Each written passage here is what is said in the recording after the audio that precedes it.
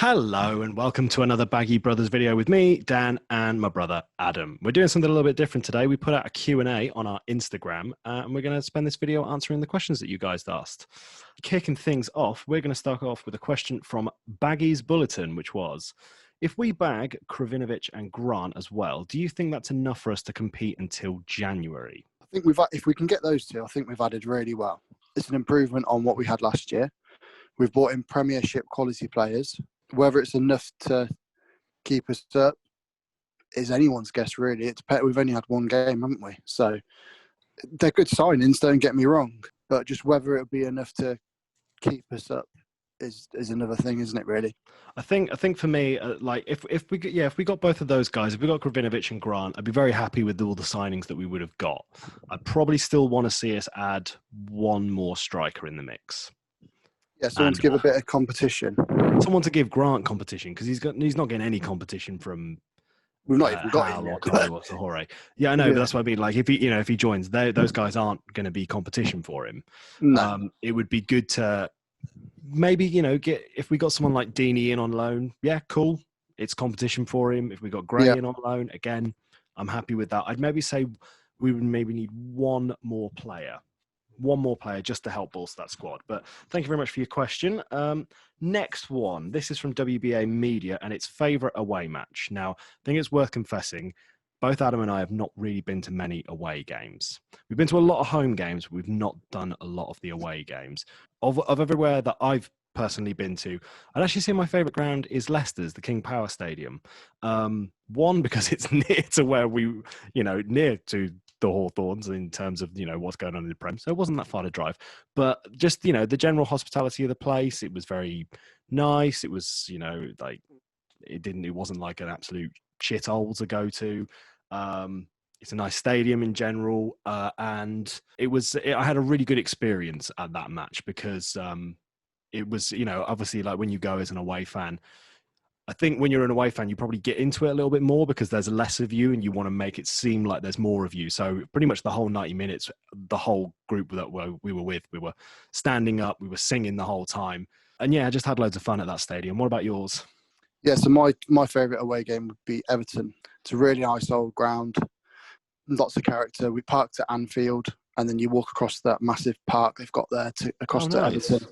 So it's a bit weird though. There's lots of like houses all spotted around. It's a really weird place for a ground. But it was a really good atmosphere and the Everton fans made it a good day out. But like you say, when you're at an away game, it's a bit different to when you're at a home game. Home games, you do your normal chants, you sing along, but at an away game, it's continuous for 90 minutes. You're just non-stop singing, and it's a brilliant feeling when you go away from home. But like you say, we both haven't done it as much as we probably should have, and now with COVID you really regret those sorts of things when you look back on it. But yeah, no, Everton for me, it was a really nice old traditional ground. So yeah, nice. Okay, next question. I'm really sorry if I butcher this one because it's got loads of dots and dashes in it, but XRJ07 sound like such an old man. Top 3 best and worst West Brom players over the last 10 years. This one's going to be a tricky one. You go first, mate. Cheers, thanks. So my top 3 best players that I've seen play and that I've rated at the Hawthorns, Lukaku's one. Yeah. I thought he was really, really good when he came to us.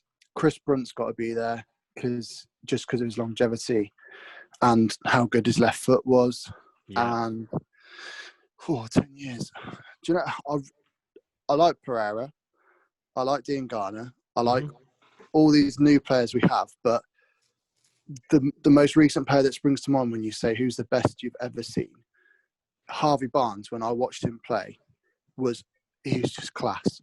You can tell he's going to go on to be like a superstar, I think. Well, you saw the way he turned us up at the weekend. He was just brilliant in terms of a winger and what you want a winger to do, like Giggs back in the day, attack players, take them on and not be afraid. That's Harvey Barnes. He was just brilliant for us. So they're probably my top 3 players that we had. So 2 loans, unfortunately, not permanents, but yeah. Worst players. I was never a fan of Neon. I always thought he looked like an absolute accident waiting to happen at right back. The next player, although he did score that hat-trick, Simon Choi, I thought he was a dreadful player. He really was bad, I thought. He didn't have any creativity. He just had that one game where he scored that hat-trick. And my last worst player will be, I'm going to say Serge Gnabry, because he wasn't very good for us. And now he's gone on to be it's a very fair point. He's gone on to be like one of the world's best. And for us, he was awful. Because we'd have signed him for probably like $1 million back in the day.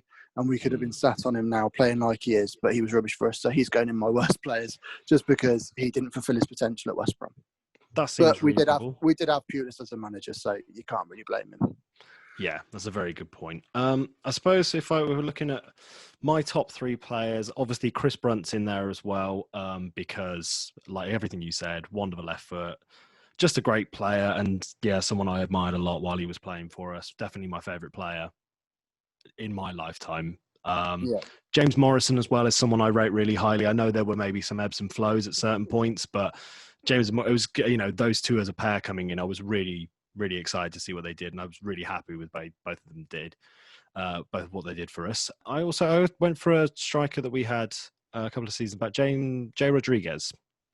I really enjoyed watching Jay Rodriguez play, especially when he was in goal scoring form. When we went down, I know he wasn't particularly great in the Prem, but when we were in the Championship that season with him and Dwight Gale, he was. I loved the way he played football, and he was fantastic and scored loads of goals for us. So he'd probably be the most recent player I can think of that was someone I really enjoyed watching. My 3 worst, like you, Alan Nyom, is like Bambi on ice.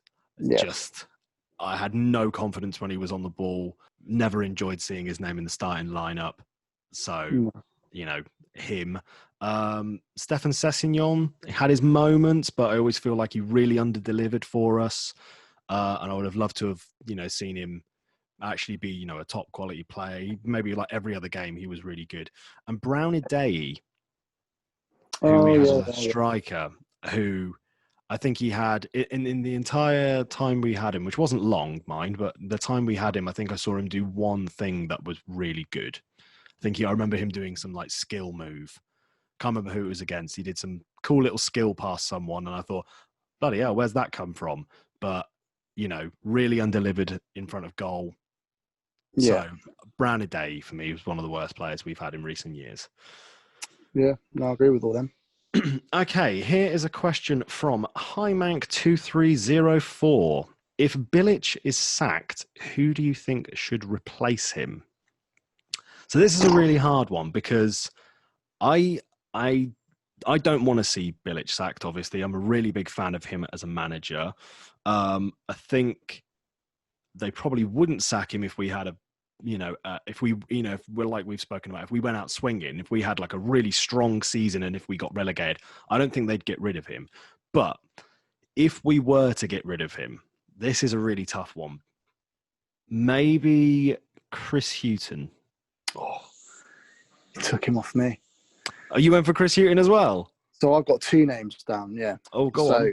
So my first was Chris Hughton because I think he's been really unlucky at all the jobs he's been at. He did an amazing job at Newcastle, got him promoted, had a bit of a dipping spell, got sacked. Then he went to Brighton, got him promoted, had a bit of a dipping spell, got sacked. Another one I quite like is Nigel Pearson. I know he got, Watford went down. But I think he really pulls teams together. Yeah. I think he pulls teams together though, and he doesn't take any shit. He just tells them basically that that's it. But the last manager that I was thinking of, would be Derek McInnes. He's doing a really good job in Scotland. Doing a good job up in Scotland, and I'd love him to come back to the club because when I was growing up, he was in the centre of our midfield, and I used to love watching him play. So again, he could come back and do awful, and it could ruin his reputation. But Big Dave came back. I don't think his reputation's been ruined. I think everyone at the club still loves him, and like I was disappointed that he got the sack. But again, I'm on the same opinion as you with Slaven Bilic. I wouldn't want him to get sacked. Next question from Lincoln Coatsey. If you had to get rid of any player in the starting 11, who would it be? Higazi. Charlie Austin. Oh! I see where you're coming from because we've got loads of centre-backs now. But I think Charlie Austin really showed his true colours the other night. Yeah, true. I think he's just not past it. I think he can still do a job at like a championship club. But I just don't think he just didn't seem interested, mate. So for me, if anyone had to go out of our current squad, it'd be Charlie Austin for me, and it would bring the wage bill down because he's on a good wage there as well. That's a very good point. Yeah, I mean, I picked Hegazi pretty much for the same reasons, although, yeah, he just seems past it. Probably a good championship defender, but just, last time we had him in the Prem, I just didn't think he was particularly great. No, I know. And I think while we've been in the championship, I actually think Carl Bartley's turned into an actual sort of half decent defender for us. So, yeah, he just the two of them, I would pick them. So, okay, well, there you go. Hegazi and Austin. Yeah. See you later, boys. And kind of ties into the next question I'm going to go for, which is from Alex Fraser. Do you think Austin could still do well in the Prem? No. Next question. We spent the last thing talking about how awful we thought he was against Harrogate. You've pretty much just summed it up. He doesn't care anymore. No, that's where it looks to me. But there we go. And then the last question that we've got is from Alexandra James Flash, 2014. Great name. And it is, who is your favourite West Brom player and why? So go on, I'll do mine first then. So my favourite player of all time is Super Bobby Taylor. Good shout. I just loved him. He was my hero growing up. So, yeah, the Super Bob is my all-time favourite. My favourite in the current squad, it's Pereira. I think he's so exciting on the ball when he goes forward. Again, it's a good shout. They're my two players. That's reasonable. I think if I was going for my two of all time, or my all-time and then of current, all-time's Chris Brunt. I love Chris Brunt. He was so good. I hope he does really well at Bristol. He'll always be my favourite West Brom player, I think, unless my favourite player that we've currently got, Kyle Edwards, becomes an absolute beast.